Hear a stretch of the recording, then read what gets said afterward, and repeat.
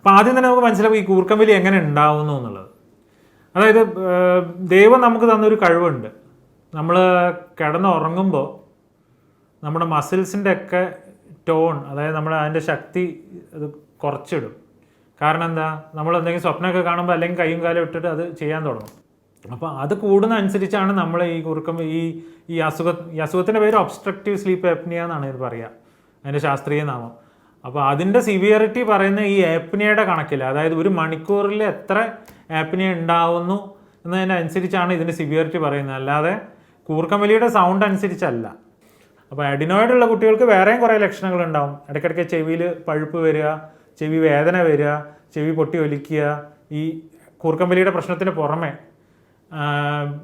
പിന്നെ ഇടയ്ക്കിടയ്ക്ക് തൊണ്ടയ്ക്ക് വേദന വരിക, ടോൺസിലൈറ്റിസ് ഒക്കെ. ഈ അഡിനോയിഡും ടോൺസിൽ എന്നൊക്കെ പറഞ്ഞാൽ ഒരേ സാധനത്തിൻ്റെ രണ്ട് വശമാണ്. അപ്പോൾ ഇടയ്ക്കിടയ്ക്ക് തൊണ്ടയിൽ പഴുപ്പ് വരിക, ഇതൊക്കെ അതിൻ്റെ കൂടെയും വരും കുട്ടികളുടെ കേസിൽ.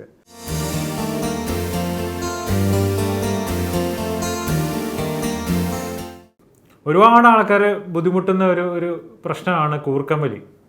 അപ്പോൾ ഇത് വലിയവരെയും ബാധിക്കുന്ന പ്രശ്നമാണ്, ചെറിയ കുട്ടികളെയും ബാധിക്കുന്ന പ്രശ്നം. ഒരുപാട് കുട്ടികൾ വരും നമ്മുടെ അടുത്ത് രാത്രി, പാരൻസ് കൊണ്ടുവരും, കൂർക്കമ്പലി കാരണം ഉറങ്ങാൻ പറ്റുന്നില്ല, കുട്ടി കിടന്ന് ബെഡിൽ കിടന്ന് തിരിഞ്ഞ് കളിക്കുന്നു, വാ തുറന്നാണ് ഉറങ്ങുന്നത്. വലിയ ആൾക്കാരെ പോലത്തെ കൂർക്കമ്പലിയാണ്. അപ്പോൾ കൂർക്കമ്പലി വലിയവരെയും ബാധിക്കും.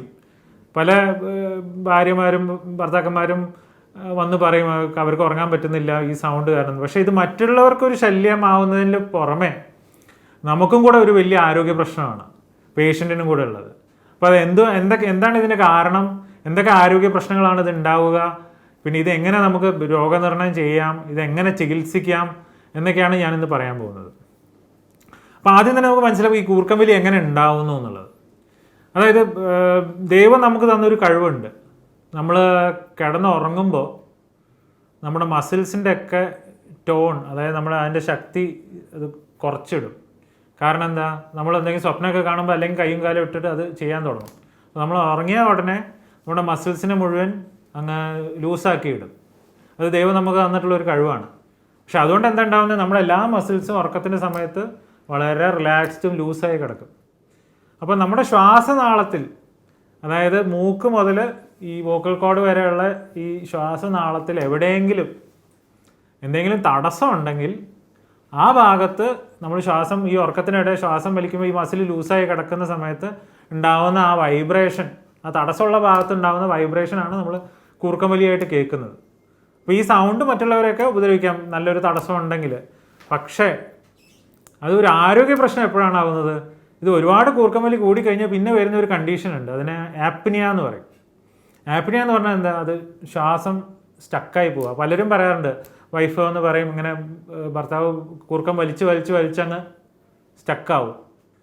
പിന്നെ ഒരു 10 സെക്കൻഡിലേക്ക് ഒന്നുമില്ല, അത് കഴിഞ്ഞ് പെട്ടെന്ന് ഒരു ശ്വാസം എടുക്കലും പിന്നെ ഒന്ന് ചെറുതായിട്ടൊന്ന് ഉണർന്ന് പിന്നെയും ഇതേ സൈക്കിൾ കണ്ടിന്യൂ ചെയ്തുകൊണ്ടിരിക്കും. ഇതിനെയാണ് ഒരു ആപ്നിയ എന്ന് പറയുക. അതായത് ഒരു 10 സെക്കൻഡ് നേരം ശ്വാസം നിന്നു പോകുന്ന ഒരു അവസ്ഥ ഈ കൂർക്കമ്പലിയുടെ ഇടയിൽ. അത് ഒരുപാട് തവണ ഉണ്ടാവും. ഒരു രാത്രി ഉറക്കത്തിൻ്റെ ഇടയിൽ ചിലർക്ക് ഒരുപാട് തവണ ഉണ്ടാവും.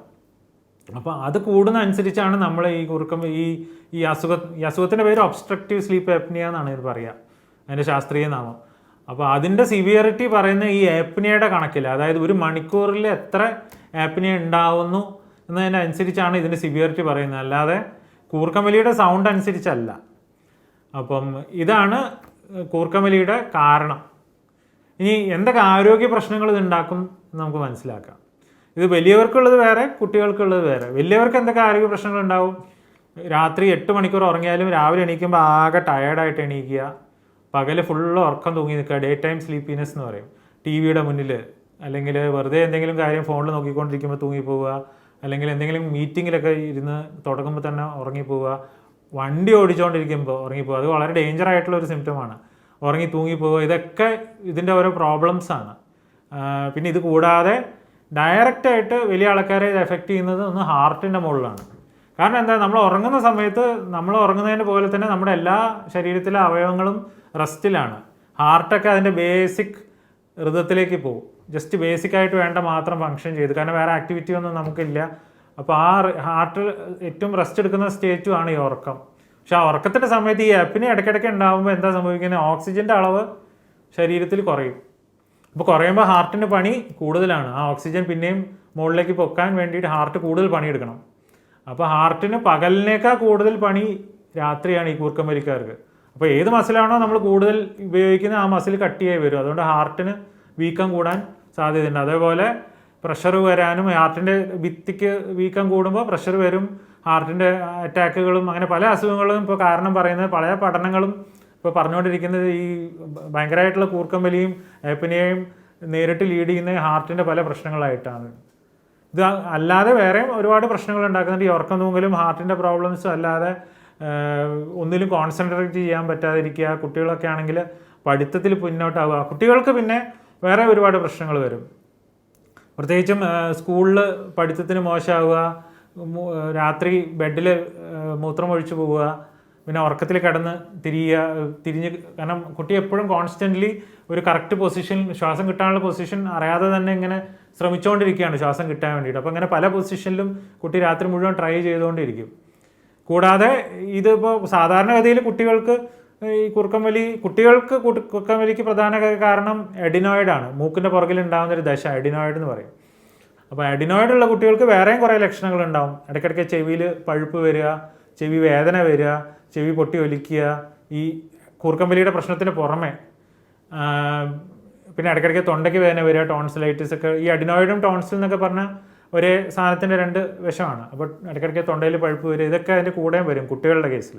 പക്ഷെ വലിയവരുടെ കേസിൽ കാരണങ്ങളിലേക്ക് കിടക്കുകയാണെങ്കിൽ ശ്വാസനാളത്തിലെ മൂക്ക് മുതൽ വോക്കൽ കോഡ് വരെയുള്ള ഭാഗത്ത് എന്ത് തടസ്സം ഉണ്ടെങ്കിലും അതിന് കൂർക്കം വലി ഉണ്ടാക്കാം. ഇപ്പോൾ മൂക്കിൽ നിറഞ്ഞു നിൽക്കുന്ന ദശകൾ, മൂക്കിൻ്റെ പാലം നല്ലോണം, ചെറിയ വളവല്ല, ചെറിയൊരു വളവ് മൂക്കിൻ്റെ പാലത്തിൽ പലർക്കും ഉണ്ടാകും, അതുകൊണ്ട് ഒരു കുഴപ്പമില്ല. പക്ഷെ നല്ല തടസ്സം ഉണ്ടാക്കി ബ്ലോക്കാക്കുന്ന മൂക്കിൻ്റെ പാലത്തിൻ്റെ ഒരു വളവ്, മൂക്കിലുണ്ടാകുന്ന ഇറച്ചി പോലത്തെ ദശ എന്നൊക്കെ പറയില്ലേ, പോളിപ്സ്, അത് അങ്ങനെ പല കാരണം കൊണ്ടും വരാം. ഇനിയിപ്പോൾ തൊണ്ടയിലാണെങ്കിൽ അണ്ണാക്കിൻ്റെ ഭാഗത്ത് അണ്ണാക്ക് തൂങ്ങി വരിക, ചെറുനാവൊക്കെ വലുതായി തൂങ്ങി വരിക. പ്രത്യേകിച്ച് നമ്മൾ തടി കൂടുന്ന അവസ്ഥയിലാണെങ്കിൽ അവിടെയൊക്കെയാണ് കൊഴുപ്പ് വന്ന് അക്യൂമുലേറ്റ് ചെയ്യുക. നാവിൻ്റെ പുറകു ഭാഗത്ത് കൊഴുപ്പ് വന്ന് അക്യൂമുലേറ്റ് ചെയ്യുക. അങ്ങനെ ഈ ശ്വാസനാളത്തിൽ എവിടെയൊക്കെ നമ്മുടെ തടി കൂടുന്നതനുസരിച്ച് കൊഴുപ്പ് അക്യൂമുലേറ്റ് ചെയ്യുന്നോ അവിടെയൊക്കെ ഇത് അടഞ്ഞടഞ്ഞു വരും. അപ്പോൾ അവിടെ നിന്നൊക്കെ സൗണ്ട് ഉണ്ടാവാം. അപ്പോൾ ഇതൊക്കെയാണ് ഇതിൻ്റെ കാരണങ്ങൾ. ഈ തടിയാണ് ഇതിൻ്റെ പ്രധാന പ്രശ്നം.